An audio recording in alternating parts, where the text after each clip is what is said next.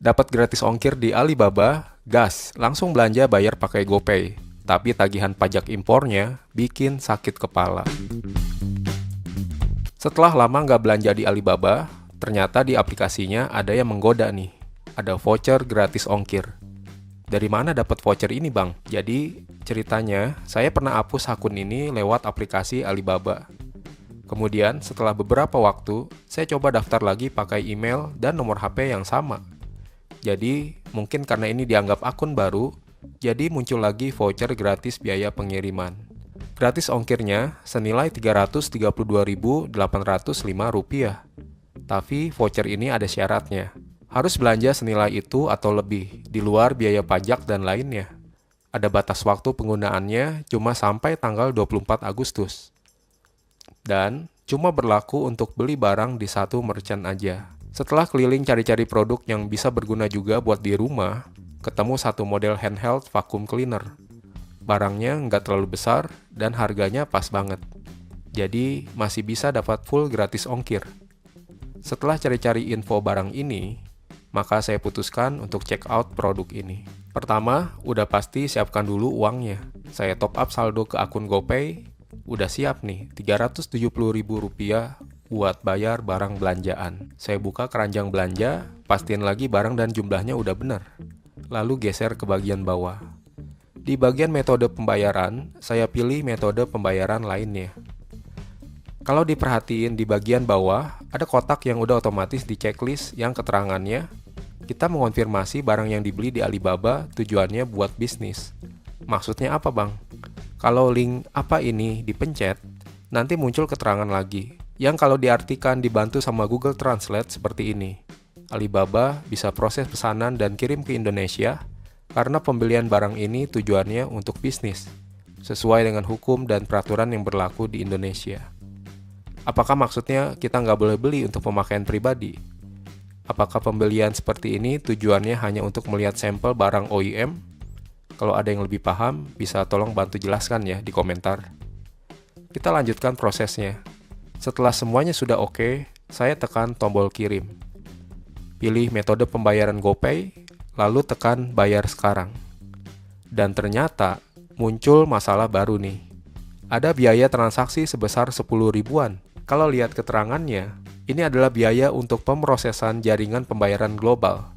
Mungkin mirip seperti biaya admin begitu ya. Wah, saldo GoPay-nya nggak cukup nih. Akhirnya, terpaksa saya top up lagi 20 ribu. Setelah top up, balik lagi ke metode pembayaran, lalu pilih GoPay. Lalu tekan bayar sekarang. Saya isi nomor HP sesuai akun GoPay, lalu lanjut.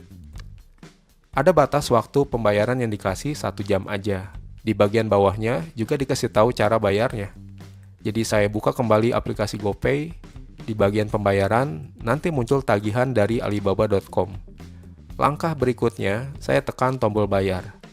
Sampai di sini, udah selesai proses belanjanya. Muncul keterangan sukses di aplikasi GoPay, juga di aplikasi Alibaba. Kemudian juga dapat notifikasi lewat email. Gak lama kemudian, ada chat dari supplier. Dia akan cek pesanan ini. Lalu dia juga info kalau alamat pengiriman yang saya pakai itu kepanjangan. Dia menawarkan untuk mempersingkatnya, misalnya jalan jadi JL aja. Lalu menghapus spasi yang gak perlu. Saya juga tanya, apakah perlu nomor NPWP? Dia bilang nggak perlu, udah cuma gitu aja. Tapi jadi ketar-ketir nih, berapa ya bayar pajaknya nanti? Nggak lama setelah order, barang langsung dikirim hari itu juga. Paket ini keliling dulu di beberapa negara, dari China ke Hong Kong, lalu terbang ke Singapura, dan mendarat ke tujuan terakhir di Indonesia. Setelah dicek bea cukai, nggak lama muncul surat cinta dari UPS melalui WhatsApp, yaitu penagihan pajak impor dan cara pembayarannya. Nilainya mencengangkan, Rp421.750, lebih mahal dari harga barangnya sendiri yang cuma 360 ribuan. Kalau lihat import invoice ada keterangannya nih. Nilai bea masuk Rp55.000 dan PPN Rp86.427. Ini cocok dengan keterangan biaya yang ada di website tracking bea cukai.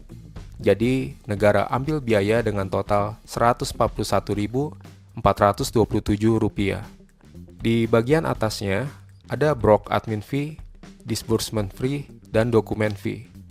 Karena nggak jelas ini apa, saya kirim email ke CS UPS dan minta jelaskan untuk apa biaya ini dan cara menghitungnya. CS kirim balasan email seperti ini.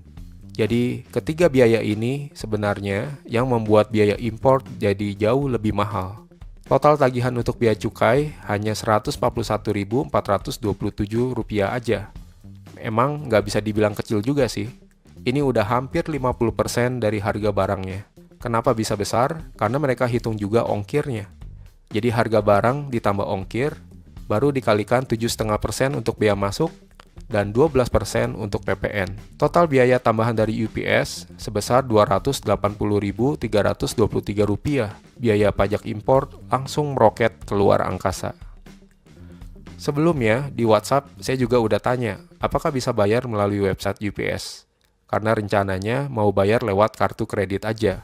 Maklum, belum gajian. UPS bilang bisa. Jadi paginya saya bayar lewat website, dan siangnya barang udah langsung dikirim ke rumah. Gercep banget. Emang segala sesuatu lancar kalau duitnya juga lancar. Jadi total butuh waktu 6 hari dari sejak order sampai barang ini dikirim ke rumah. Jangan lupa nanti cek juga pengalaman belanja saya di Alibaba, Amazon, dan eBay di video ini ya. Linknya ada di deskripsi.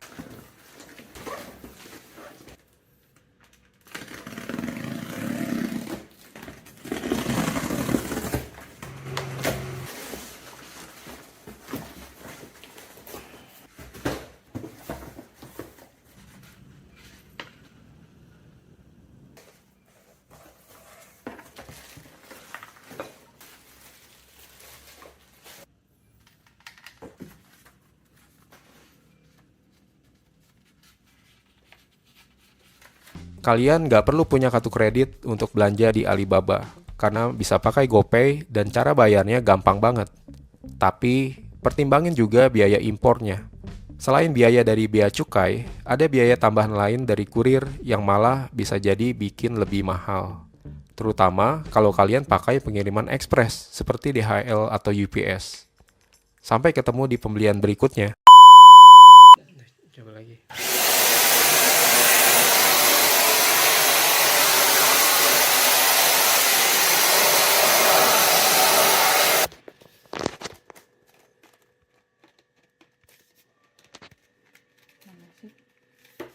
Nih, lihat tanda ini tuh. Supaya dia kesini.